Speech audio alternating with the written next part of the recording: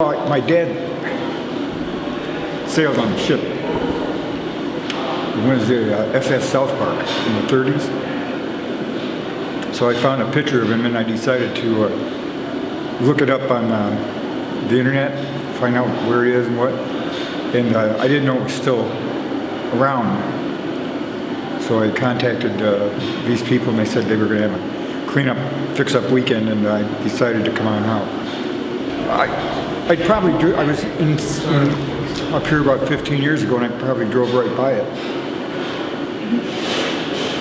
And didn't even stop.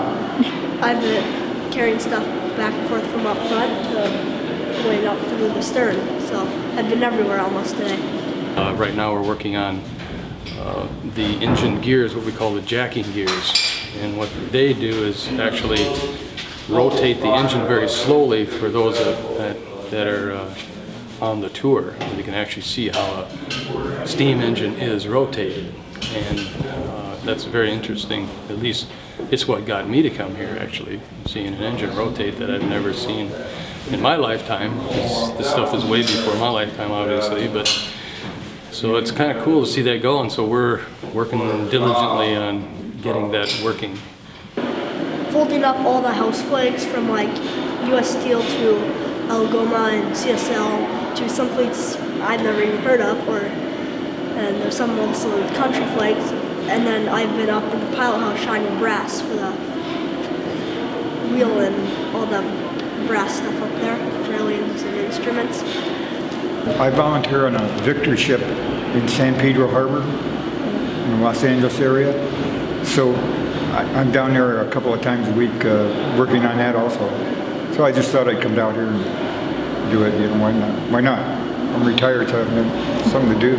What I'm doing now is from that point on, everything's done, including that cabinet.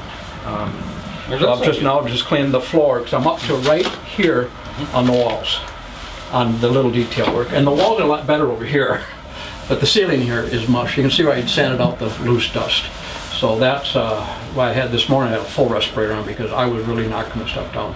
The first time I've gone on a few tours, and this is my first time cleaning out, but I became interested because I know they need a lot of help, but anyone can help. And just as long as you're doing something for the ship that you can come over and help them out for a little bit.